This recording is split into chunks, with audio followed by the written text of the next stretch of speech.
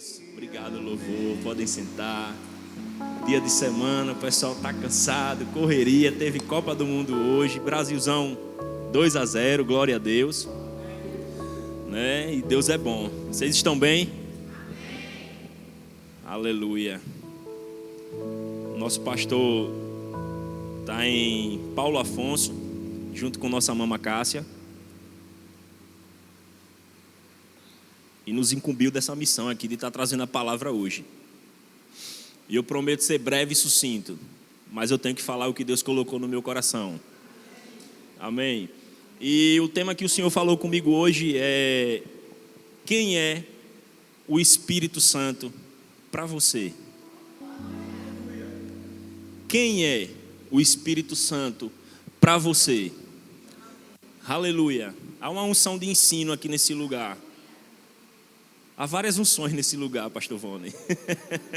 Eu louvo a Deus pelo Espírito Santo, que Ele usa a gente de diversas formas, né? Como a Bíblia fala, multiforme e graça de Deus, ela, meu Deus, nos alcança em diversas situações. E dentro desse texto, quem é o Espírito Santo para você? Sabe, queridos, que eu comecei a me questionar. Eu falei: Senhor, quem é o Espírito Santo para mim? Porque eu já passei por tantas experiências na minha vida, na minha caminhada cristã, e às vezes a gente não se dá conta de tudo que a gente já passou. O Espírito Santo sempre esteve com a gente ali do nosso lado. Seja momentos ruins, momentos difíceis, seja momentos maravilhosos, Ele sempre esteve ali do nosso lado.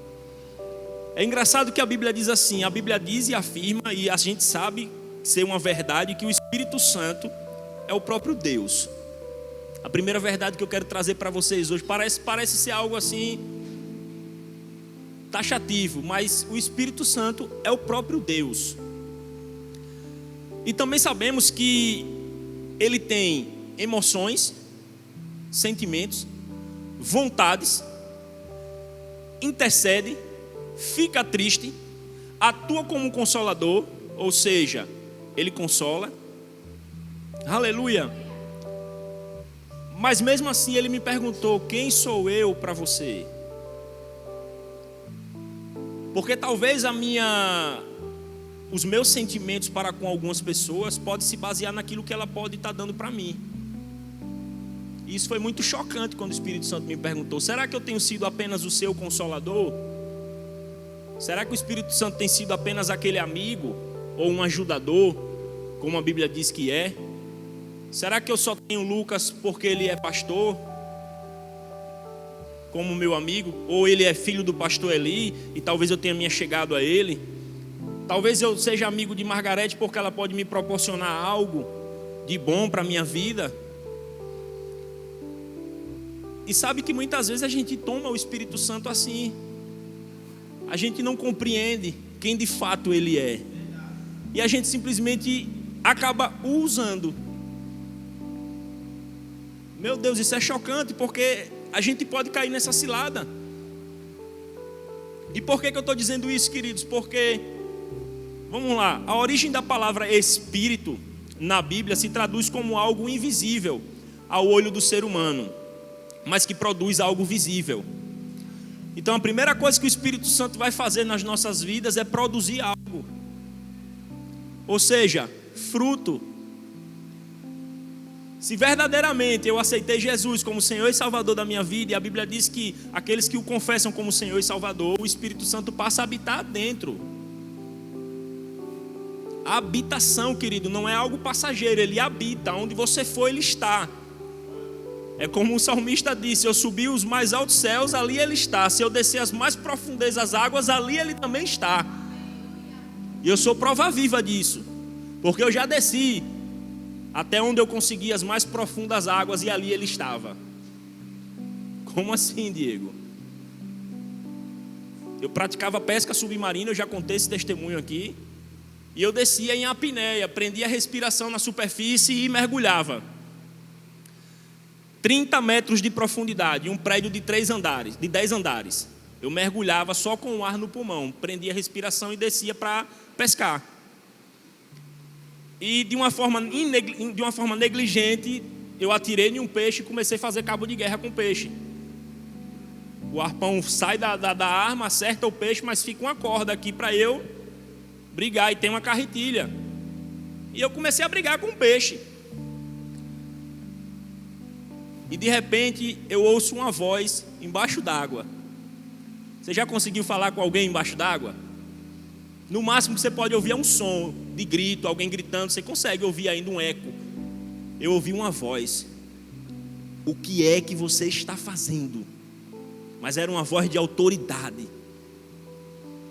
Era quase um carão, Margot, porque a minha vida de fato estava em risco. E quando eu me dei conta, eu estava a 30 metros de profundidade brigando com um peixe de mais de 10 quilos. E de repente eu caí em si a profundidade que eu estava. E eu falei, meu Deus. Aí eu me desesperei e eu comecei a bater perna rápido, que a gente tem uma nadadeira, usava uma nadadeira, né? Mais ou menos de 1 metro quase. E comecei a subir velozmente, sendo que é totalmente contrário o processo que eu deveria fazer. Eu deveria subir lento. Porque quanto mais energia eu gasto, mais oxigênio meu cérebro ia pedir. Então, consequentemente, eu ia desmaiar se eu me agitasse muito. E no meio do caminho, o Espírito Santo falou bem assim, se acalme, porque eu estou contigo. Gente, quem nunca ouviu a voz do Espírito Santo, fale com ele, peça para ouvir. Meu Deus, era muito claro, eu estava embaixo d'água e eu ouvia a voz ecoando dentro de mim, gritando dentro de mim, se acalme porque eu estou contigo. E simplesmente quando eu decidi me acalmar e continuei nadando, eu apaguei, desmaiei, a 15 metros de profundidade. Naturalmente falando, todos os mergulhadores que apagarem nessa profundidade morreram, porque o corpo não sobe, a tendência é você afundar. E milagrosamente, queridos, eu acordo na superfície. Quando eu abro os olhos, a arma está na minha mão. Outra situação que prova que foi Deus é que o peixe não me puxou, o peixe ainda estava lá enganchado na arma. E teoricamente, se eu não der corda, a arma não vai dar corda sozinha.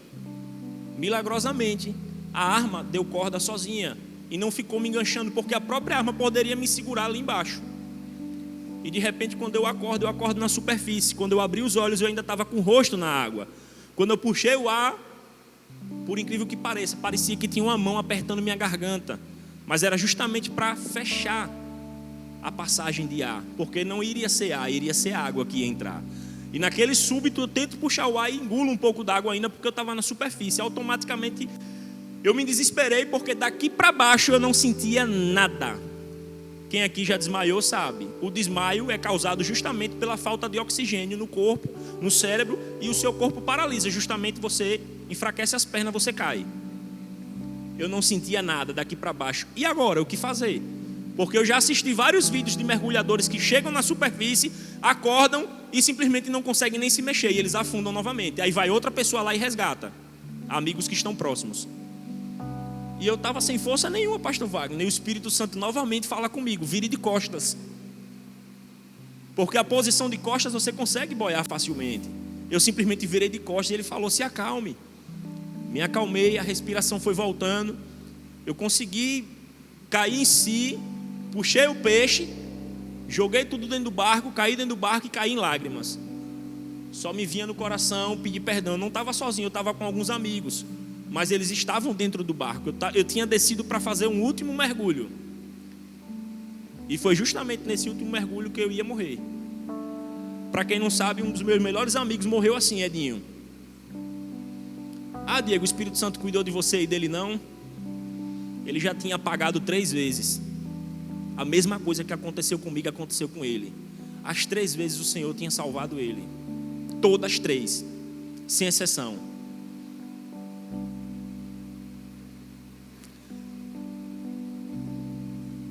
E sabe, queridos, Deus fala. E o que me chamou a atenção quando o Espírito Santo me perguntou é quem é o Espírito Santo para você? Quem ele significa? O que ele é para você? Será que ele é apenas um ajudador? Será que ele é apenas um consolador?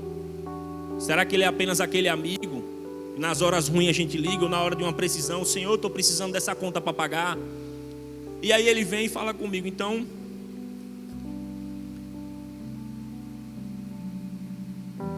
ele vem e fala comigo exatamente assim: filho, eu sou o seu pai. Eu sou o seu pai. Mas sabe que esse conceito, eu sou o seu pai, pode destoar de forma errônea no ouvido de muitas pessoas. Porque a figura paterna, o pai, ele perdeu um pouco da referência do que é pai. O conceito de pai se perdeu ao longo da sociedade, tem se perdido para muitas pessoas.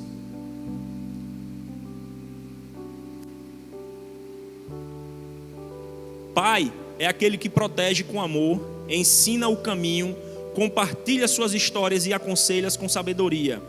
Pai de verdade abre mão de sua vida pelo filho, dando dinheiro, tempo, sonhos, amigos, juventude, saúde, tudo o que tem para o seu filho, para que o seu filho seja melhor, para que a vida do seu filho seja melhor do que a dele, mesmo com todas as renúncias. E aí o primeiro contexto que eu tirei daqui desse conceito bíblico de paternidade, que tem se perdido, é a questão de proteção. Aí eu te pergunto, como é que pode alguém ausente da vida do outro tornar-se referência de proteção? Sabe que os meus filhos, eles olham para mim e me veem como um herói dentro de casa. Se eu fosse referenciar a proteção aqui dentro da nossa igreja, eu talvez chamaria o Major Gustavo. Proteção praticamente significa o quê? Eu colocar na minha frente alguém maior ou mais forte do que eu. E se for um major, melhor ainda, porque vai estar armado. E sabe, queridos, que a figura paterna, ela passa essa imagem de protetor. Mas quando o pai é presente. E na sociedade que a gente está vivendo hoje, queridos, cadê os pais? Eu sou um pai presente, pastor Lucas é um pai presente, pastor Vônei é um pai de 3 presentes, pastor Samuel, pai recente, mais do que presente. E quantos? Eu não fui um filho que tive uma presença de um pai, de uma certa forma. E nos momentos que eu tive era de forma errônea, ensinando coisas erradas. Mas a proteção, queridos, é algo importantíssimo. E talvez a gente não olhe para Deus hoje como Deus realmente é, porque a gente não tem esse conceito enraizado dentro da gente de pai, de proteção. Muitas pessoas chegam na igreja feridas dentro do coração porque não tiveram um pai. E aí elas não conseguem entender, pai, talvez seja mais fácil para os nossos irmãos católicos, e por isso muitos adoram Maria, porque a mãe muitas vezes é mais presente. E aí a gente perde um pouco dessa figura paterna, o conceito verdadeiro, aquela raiz do que é pai. Não consegue entender. E é engraçado que à medida que a criança vai crescendo, eu estou falando da minha vida, eles começam a tirar o foco de você como protetor, não como protetor, mas como herói, porque o protetor, ele é o herói. Ele vai te livrar dos momentos ruins, ele vai evitar que você caia. Se você cair, ele vai te levantar, ele vai te dar apoio, ele vai te incentivar. E eu comecei a achar engraçado porque eu vou observando a vida dos meus filhos. E de repente eu comecei a ficar frustrado, porque eu vi que eu comecei a perder para o Homem-Aranha. O Homem-Aranha começou a ser o super-herói dele, e não mais eu. E aí como competir com um cara que é mascarado, solta a teia, usa uma roupa legal, voa pelos prédios? Como, pastor Vônei? A gente vai competir com isso? Aí vem o Capitão América com aquele escudo brilhoso, forte, parecendo o apóstolo Derry. Quem conhece, né? Parecido. Aí vem o Hulk, pastor Lucas. Mas veja, o que a própria mídia acaba divulgando para os nossos filhos são super-heróis. O Hulk pega um carro e amassa. A gente mal consegue desamassar um amassado. O Hulk vai lá e esbagaça um carro, amassa, sobe nas paredes, pinta o 7.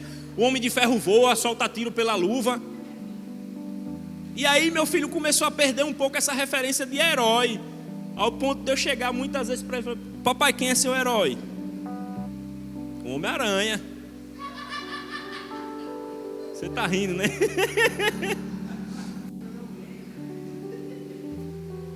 Mas sabe que quando ele começou a ter entendimento, isso são fases da vida da criança.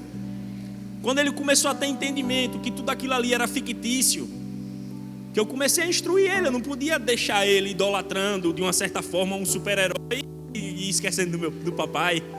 Aí eu comecei a dizer: filho, isso é um filme, isso é um desenho, isso não acontece. Até tem crianças que pulam de lugares achando que é Homem-Aranha.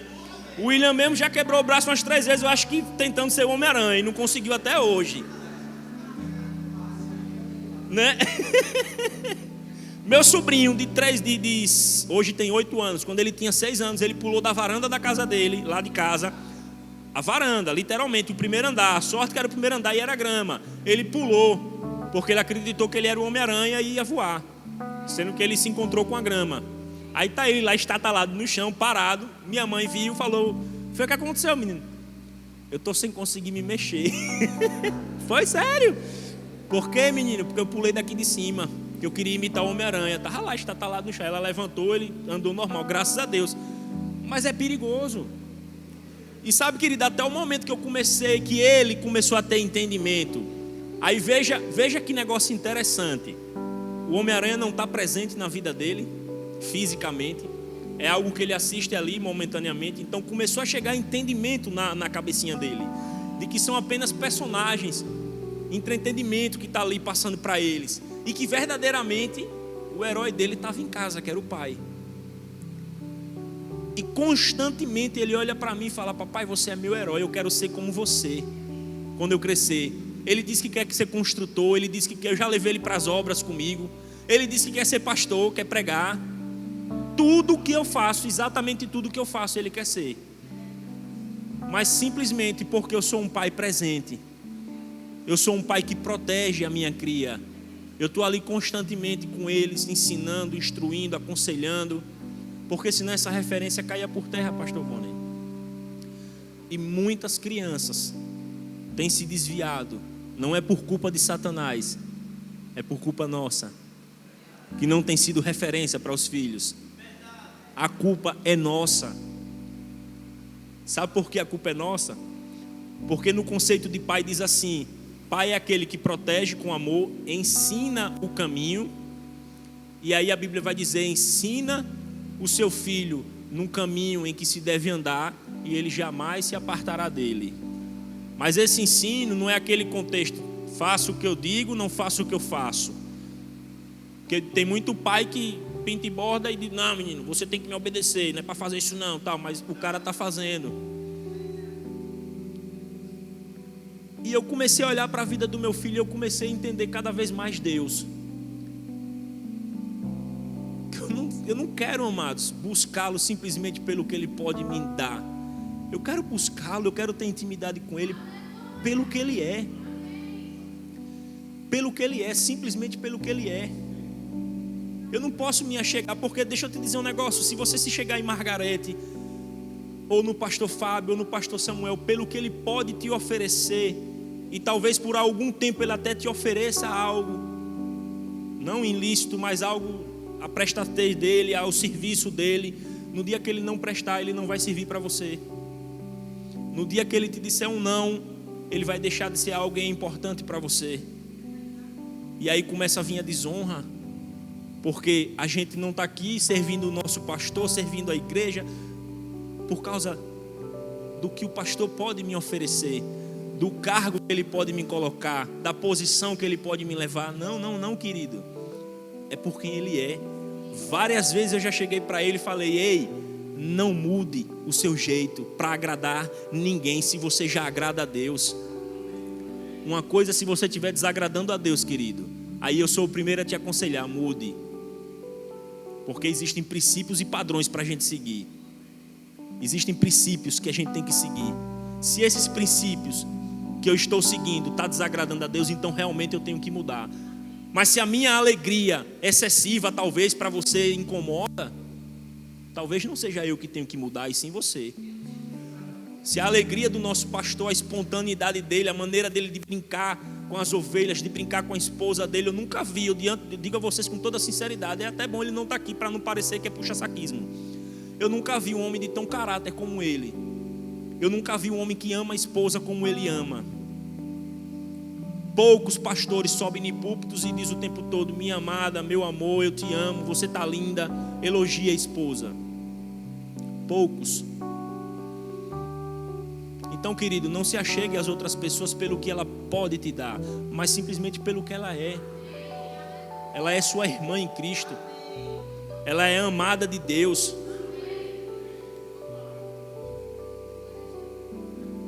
Ensina. A Bíblia diz assim, ó: lâmpada para os meus pés é a tua palavra. Ele é a nossa bússola, queridos. Não basta ensinar, tem que ensinar de maneira correta, porque tem muitos pais ensinando coisas erradas aos seus filhos. Porque o conceito de pai, se você pegar aqui, ensina o caminho. Quantos pais estão andando no caminho tortuoso? E está ensinando o filho de forma tortuosa. Então não basta ensinar, tem que ensinar correto, não é não, Jairão? Já basta o mundo ensinando coisas erradas.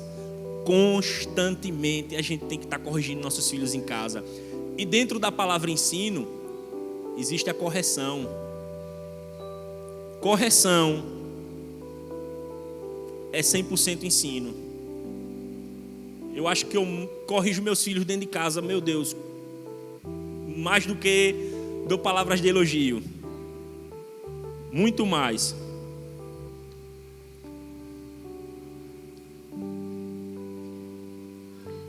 Aleluia. Sabe, queridos, a última palavrinha que eu busquei aqui nesse contexto de pai foi que o pai, ele aconselha o filho. O próprio Jesus disse que é preciso que eu vá para que eu possa lhe enviar o conselheiro. A gente tem um conselheiro, o Espírito Santo de Deus. O Espírito Santo, ele é uma pessoa. Eu já estou finalizando, vou finalizar com essas coisas aqui agora. O Espírito Santo, ele é uma pessoa. Ele fala. Se ele é uma pessoa, ele tem os mesmos atributos que a gente. Ele fala. Em Atos dos Apóstolos é o exemplo. Ele 13:2. Só para você anotar aí, para você olhar em casa, você vai ver que ele falava com os discípulos, para onde ir, para onde não ir, ele instruía. Eu dei o meu exemplo aqui do afogamento, mas se eu for contar aqui os testemunhos que eu tenho de quantas vezes o Espírito Santo já falou comigo, meu Deus, a gente não sai daqui hoje. Já teve situações de eu prostrar meu joelho no chão e dizer: Senhor, a partir de hoje eu vou te obedecer, eu não vou mais recusar os teus comandos, porque um dos motivos que faz muitas vezes a gente impedir de fluir na profecia é a desobediência. E não falo desobediência andar em pecado não, desobediência do comando do Espírito. O dom profético é um dos dons mais lindos que existe. Eu aprendi a me mover no dom profético. O problema, Deus, ele quer usar toda a igreja, queridos, pode ter certeza disso. Mas sabe qual é o problema? É quando o Espírito Santo diz: vai em tal pessoa e dê um abraço. Aí você endurece o seu coração com vergonha e diz: não, não vou não. E fica. Eu pude desfrutar de coisas tremendas com Deus, simplesmente obedecendo pequenos comandos. Dons proféticos começaram a aflorar na minha vida. Sem barulho, sabe, queridos? Já teve situações de eu estar na rua fazendo uma vistoria e um dia antes eu ter prostrado meu joelho e ter dito: Senhor, não vou mais desobedecer. Quando o Senhor falar, eu vou, mesmo que seja loucura. Aí estou eu na porta de um restaurante esperando o cliente chegar. Está lá um casal sentado, o Espírito Santo me chama a atenção daquele casal e diz: vá lá que eu tenho algo para dizer para eles. Na mesma hora eu falei: você está doido, não vou não. Vou não. Aí o Espírito Santo, eu nem conhecia o cara, não sabia nem quem era, na rua, no meio da rua, não vou não. Aí na mesma hora o Espírito Santo vem e te lembra: mas não foi você que orou ontem, que dizendo que ia me obedecer? Meu Deus, eu quase procuro um buraco para me enterrar no chão com vergonha do Espírito Santo. Aí eu falei: Senhor, eu vou, mas a responsabilidade é sua. Fui morrendo de medo, de vergonha, de temor. Cheguei lá, cheguei, me apresentei e falei: posso falar algo para vocês da parte de Deus? Na mesma hora eles falaram: pode sim. E aí eu comecei a falar coisas pessoais da vida deles. Meu Deus, simplesmente foi saindo. Eu olhei para ela e disse: você já é uma mulher temente a Deus, mas você se afastou dos caminhos de Deus. E por conta que você se afastou, seu marido também não está querendo ir. Cara, eu comecei a destrinchar a vida deles assim. Parecia que eu estava conversando com o pastor Lucas, que eu já tenho intimidade. E começava a vir as palavras e eu simplesmente fui falando aquilo que vinha no meu coração. Quando eu penso que não, está o cara chorando, a mulher chorando na minha frente. Eu falei, pronto, agora eu causei um problema. Mas um problema santo. E aí eu olhei para ele e falei, você já é cristã, mas ele não é. Aí eu olhei para ele e falei, você quer aceitar Jesus como Senhor e Salvador da sua vida? Na mesma hora, queridos. Ele falou, como não aceitar diante disso tudo? Uau! Uau! Uma simples obediência. De sair da minha zona de conforto e decidir ser um profeta de Deus. Sem precisar muito holofote, sem precisar muito labaraxéria, labaraxúria, como muitos fazem. Assim, na rua. Teve uma situação que eu estava viajando, botei no BlaBlaCar para levar carona compartilhada para Maceió, 3 passageiros. Falei, glória a Deus, vai render um dinheiro bom para o combustível. No meio do caminho, antes de eu chegar no pessoal, eu viajava de manhã cedo, 2 cancelaram, só ficou uma mulher. Eu falei, caramba, e agora? Vai assim mesmo, já está no aplicativo, eu não posso cancelar. Levei. Meus amados, até batismo no Espírito Santo teve. Até batismo no Espírito Santo teve. Ela ficou muito minha amiga. Uma mulher, mãe de 2 filhas. Deus mandou eu fazer algo louco e eu fiz. O valor da corrida ia dar em torno de R$80, vamos supor. R$100, R$80. E o Espírito Santo falou, não aceite a corrida. Você vai dar de presente para a filha dela. Ela tinha uma filhinha cujo pai tinha acabado de morrer, tinha se separado dela, depois se separou, se envolveu com a outra pessoa, morreu. Estou resumindo a história. Ela foi contando a história, eu preguei sobre a palavra de Deus. Ela disse que era cristã desviada, renovou, disse que desejava o batismo do Espírito Santo. Eu só fiz receba. Na mesma hora ela começou a orar em línguas dentro do carro, chorando em lágrimas. Eu dirigindo, já em Maceió, e ela chorando. Gente, existe um poder real.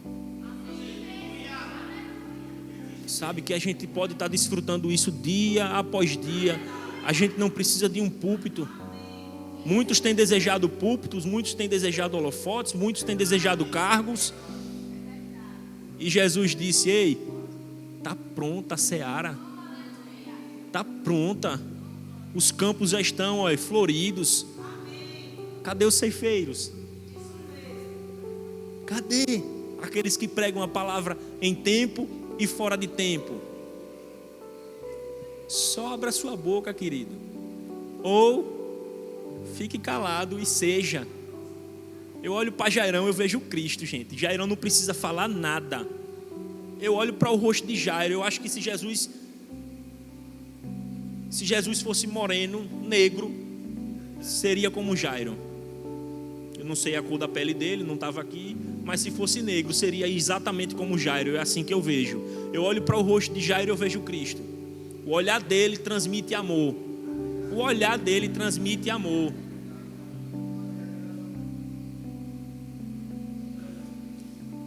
Sabe, queridos, a gente tem que exalar o bom perfume. Eu olho para Margareta e eu vejo serviço. A mulher é uma máquina, não para. Não para. Vai chegar um tempo, Margot, que você vai sentar e receber de uma unção preciosa. Descansar mais em Deus. Mais pessoas se arrodeando de você para te assessorar, pegando o seu coração. Pegando esse coração, meu Deus, que muitos, isso é fato, muitos julgam como bajulação e não entendem que é um coração de amor. Um coração de que entendeu de onde você foi tirada, da honra que você recebe, sem receber uma palavra sequer, mas já existe uma honra, meu Deus, por associação, que repousa sobre a sua vida, sobre a sua família. Aleluia. Eu declaro portas abertas sobre a vida da sua família. Benditos serão os teus filhos na entrada e na saída. Benditos serão os teus filhos na entrada e na saída. Aonde eles chegarem, as pessoas olharão para eles e sentirão desejo de favorecê-los. Uau!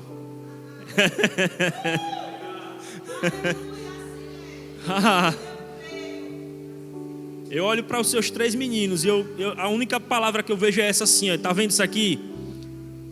Cadeiras de um lado, cadeiras do outro. Eu vejo um caminho livre, sem empecilhos. Sabe por quê, queridos? Por causa de um único princípio. Quando você cuida dos de Deus, Deus cuida dos seus. Só por causa desse princípio. Não precisa mais nada. Eu não preciso conhecer a vida dela, eu não preciso conhecer nada. Mas só por causa desse princípio. Porque ela tem cuidado dessa igreja, do nosso pastor, de muitas pessoas. Deus tem cuidado dos dela. Nenhum deles irão se perder. Eles estão escondidos aos olhos dos maus.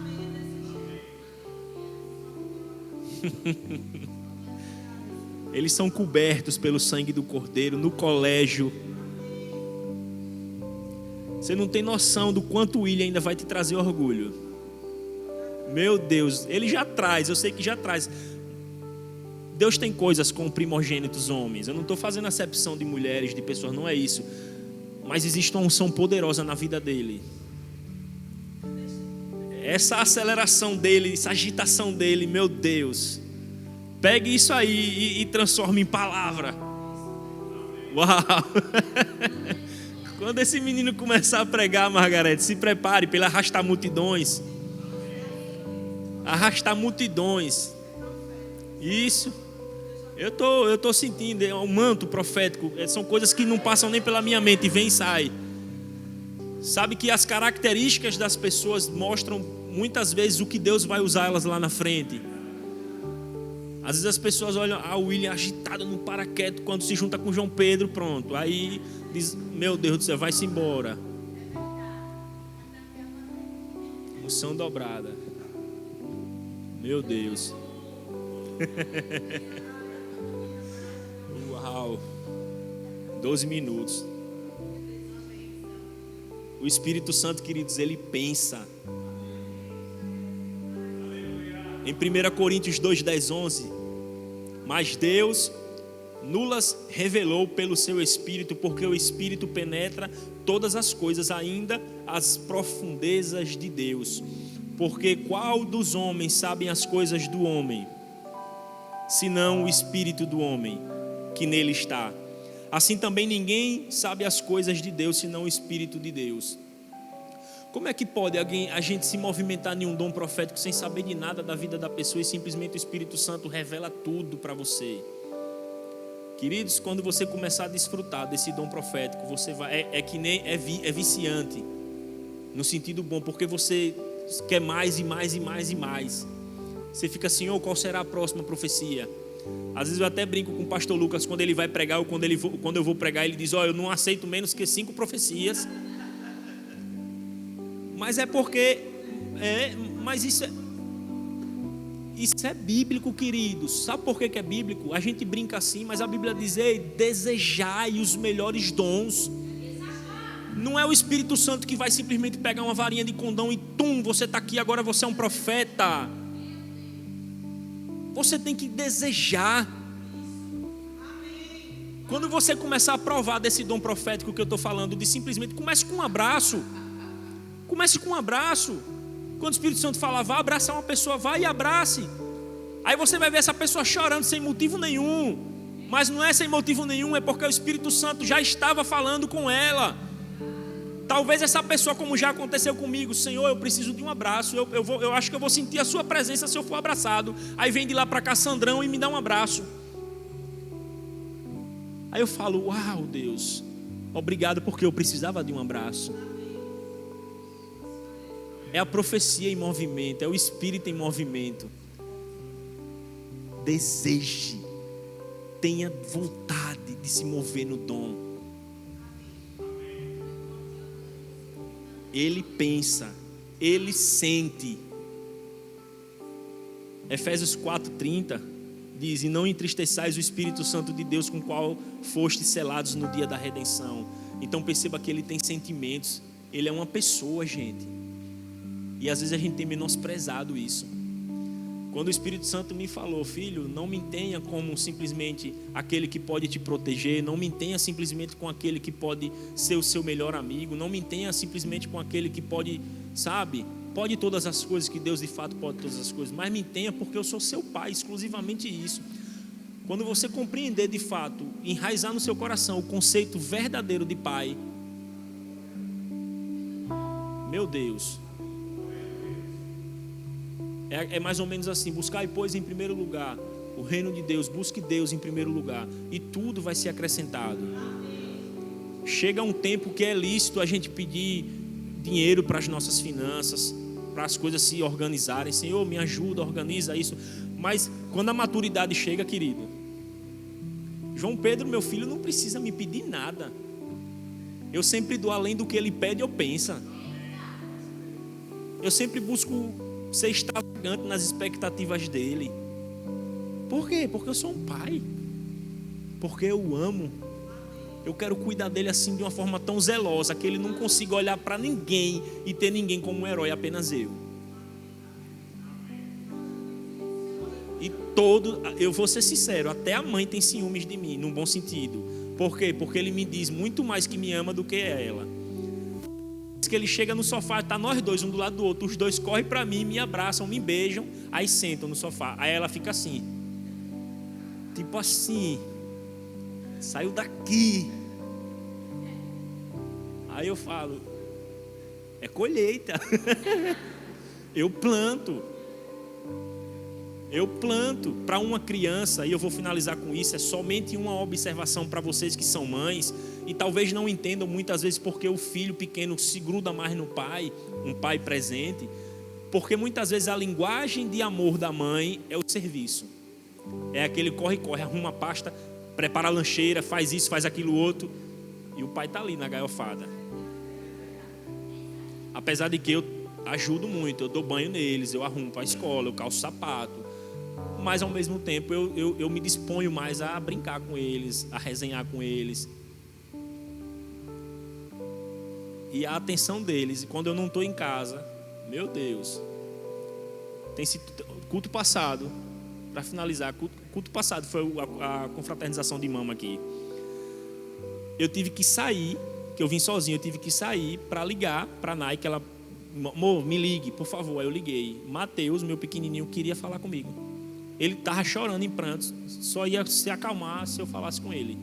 Aí eu falei, papai, já eu chego em casa. Vou levar um pirulito para você, beleza?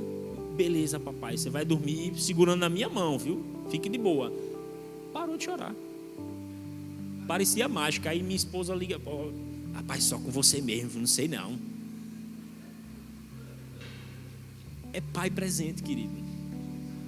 É pai presente. Pastor Samuel, você vem finalizar? Gente, é isso que estava no meu coração, que Deus falou.